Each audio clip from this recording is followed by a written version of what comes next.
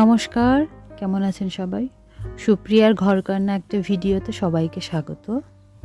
এখন বাজে ভোর 5টা। প্রতিদিন এই সময় উঠতে খুব চেষ্টা করি। কখনো কখনো একটু সময়ের হেরফের হয়ে থাকে, তেমন কোনো ব্যাপার না। এখন ফ্রেশ হয়ে লেগে পড়ব সংসারের যুদ্ধে। একটার পর একটা আমার চলতেই থাকবে, থামাথামি নাই।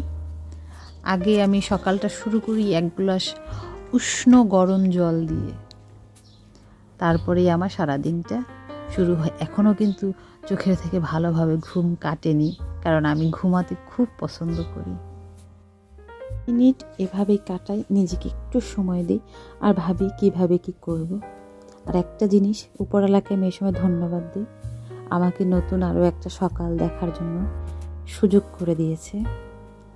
উপরওয়ালার ইচ্ছা ছাড়া আমাদের আসলে কিছুই করা সম্ভব না।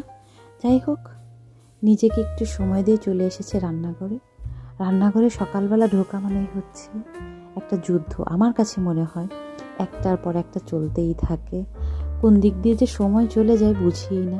কিন্তু একটুও নন স্টপ কাজ করা যাকে বলে সেটা করি। এই রান্নাটা করার সময় না, জানেন, সব থেকে বেশি আমার মাকে মিস করি। যখন আমরা স্কুলে যাইতাম, স্কুল কলেজে 3 ভাই বোন যাইতাম, তখন সকালবেলা আমার মা ভোরবেলায় যুদ্ধটা করতে একা একা করতো।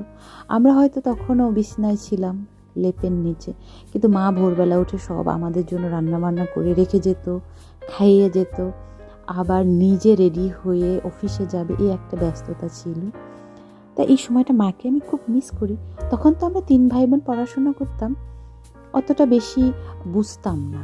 এখন আমি একজনের জন্য রেডি করতে আমার এই অবস্থা, আর মা আমাদের সবার জন্য সব কিছু করতো। গ্রামের বাড়িতে তো আরও সব কিছু টাফ। আমি তো গ্যাসের চুলায় রান্না করতেছি, মা তো আর এই গ্যাসের চুলায় রান্না করার সুযোগটা পেতো না।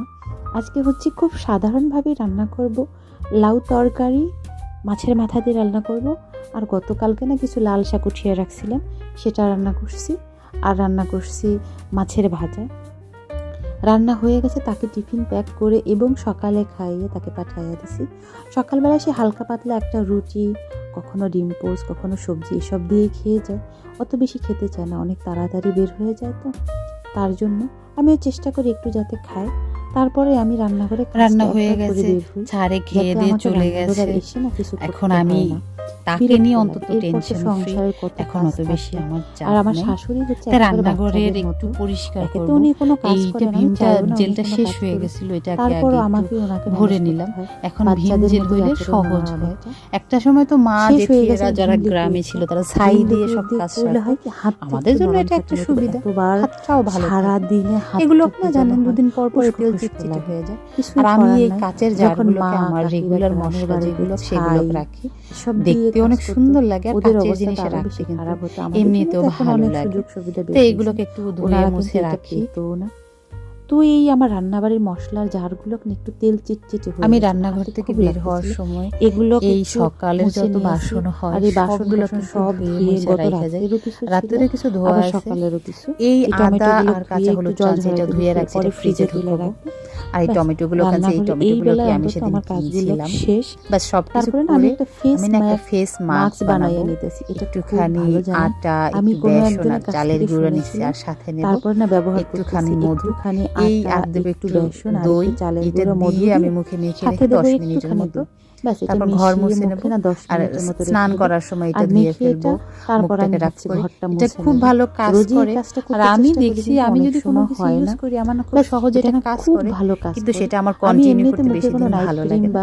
বাস এটার ফ্লেভারটা অনেক ভালো লাগে মুখে লাগাই। এরপর আমি বাদ বাকি কাজগুলো মুখে মাস্কটা দিয়ে তারপর স্নানও করবো। গোপালকে এখনো তুলিনি, প্রত্যেকদিন এভাবেই কাজটা করি সকালে। আর এখন বাজে হচ্ছে হয়তো সবকিছু প্রতিদিন শেয়ার করা হয় না। মোটামুটি সব কাজ আমি শেষ করে ফেলি।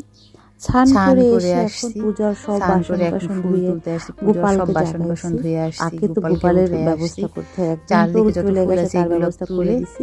এখন সকালে এই মোমেন্টটা খুবই ভালো লাগে, গাছের গাছে থেকে কিন্তু সব মোটামুটি ভালোই ফুল ফুটে। আর কার না ভালো লাগে বলেন, আমার বাগানে কিছু ফুল ফুটছে, প্রত্যেকেরই যেরকম পছন্দ। ঠান্ডা, আমি এদিকে সব গাছ থেকে ভালো লাগে, কিন্তু বেশ ভালোই ঠান্ডা। ফুল পেড়ে নিচ্ছি। আর সবজিও হয়েছে। এখন পর্যন্ত কিন্তু আমার বাগানে আমি তেমন কোনো ফল গাছের অ্যাড করতে পারিনি।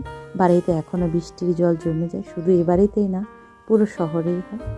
আর আমার এই ছোট্ট একটু ফুলের বাগানটা দেখলে না সত্যি আমার মন ভরে যায়। আমি খুব ভোরবেলায় আসতে পারি না এই জায়গাটায়, সংসারের কাছ থাকে বিদে, কিন্তু এই টাইমটুকু পারি আসতে, এটা আমার খুব ভালো লাগার একটা সময়।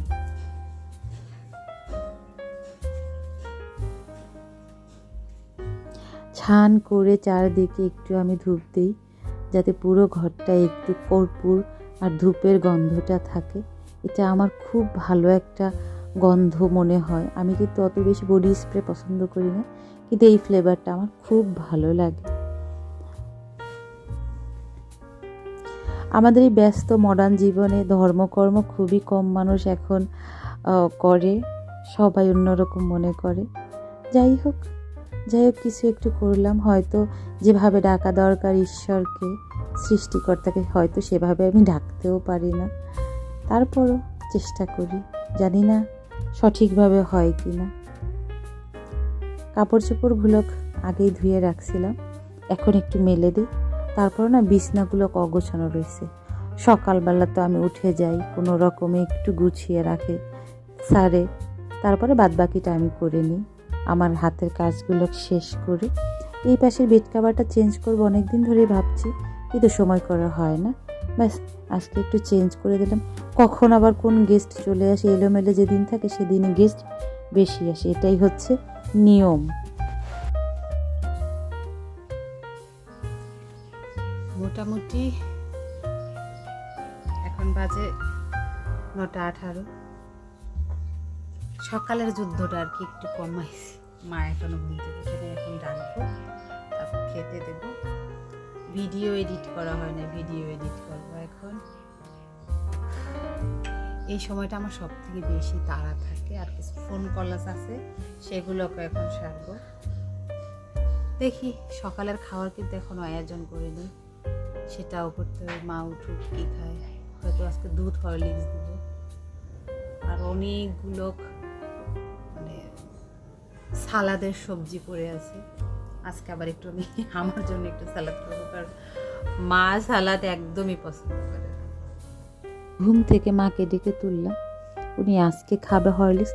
এক একদিন এক একটা খাবার দেই, আর মূলত ওনার একটু দুধের খাবারটা বেশি প্রয়োজন, যেহেতু উনি মাংস ডিম এসব কিছুই খান না, দুধ খাওয়া নিয়েও বাহানা করে, তাই হরলিক্সটা খেলে একটুখানি নিশ্চিন্তে থাকি আমি। সকালবেলা এত পরিমাণে কুয়াশা পড়ছিল, আমি ভাবলাম যে আজকে হয়তো রৌদ্র উঠবেই না, তারপরে উঠছে একটু।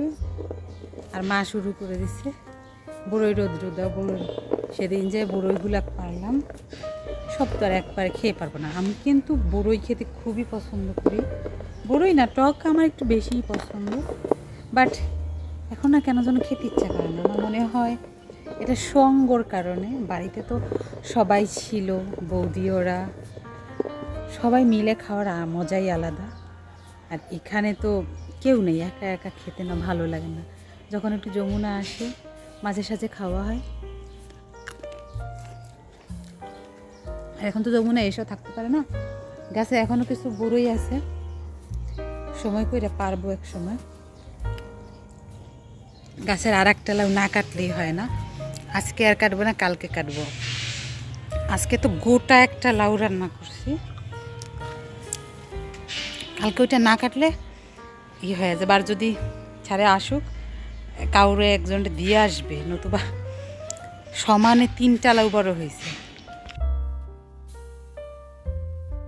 কয়টা হয়েছে সবজি এটা বড় কথা না, যেটুকুই হয়েছে এটা হচ্ছে মনের মতো একটা বিষয়।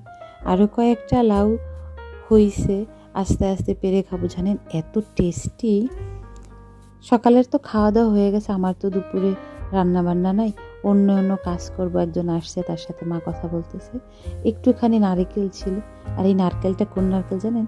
সেদিন যে মালাইকারি করলাম, এটার তো শুধুমাত্র যে দুধটা বের করে নিয়েছি নারকেলের, আর নারকেলের অংশটা ছিল, সেটা আমি একটুখানি গুড় দিয়ে ব্যাস সুন্দর করে মেখে নিছি, লাড়ুর শেপ করে রাখলাম। লাড়ু আসলে করব না, এটা হচ্ছে পিঠার আকার দেব কোনো এক সময়, দেখা যাক কি হয়, করে তো রাখি। মাকে দিলাম একটা লাড়ু, মা খেয়ে বলতেছে দারুণই তো হয়েছে, আর কখনো নারকেল ফেলবে না। অনেকক্ষণ পর আপনাদের সাথে আবার কথা হইতেছে। আমি আর কোনো ভিডিও করি নাই, একদমই না ভালো লাগতেছিল না, কেন যেন ম্যাচ ম্যাচ করতেছে শরীরটা। বিকেলবেলা এখন সব কাপড় চোপড়গুলোকে আমি উঠে এনেছি। আবার মাঝখানে গেস্ট ছিল 3 জন, ওনারা দুপুরে খেয়েছে। একটু রান্না করার দরকার ছিল, শুধু ভাতই রান্না করছি।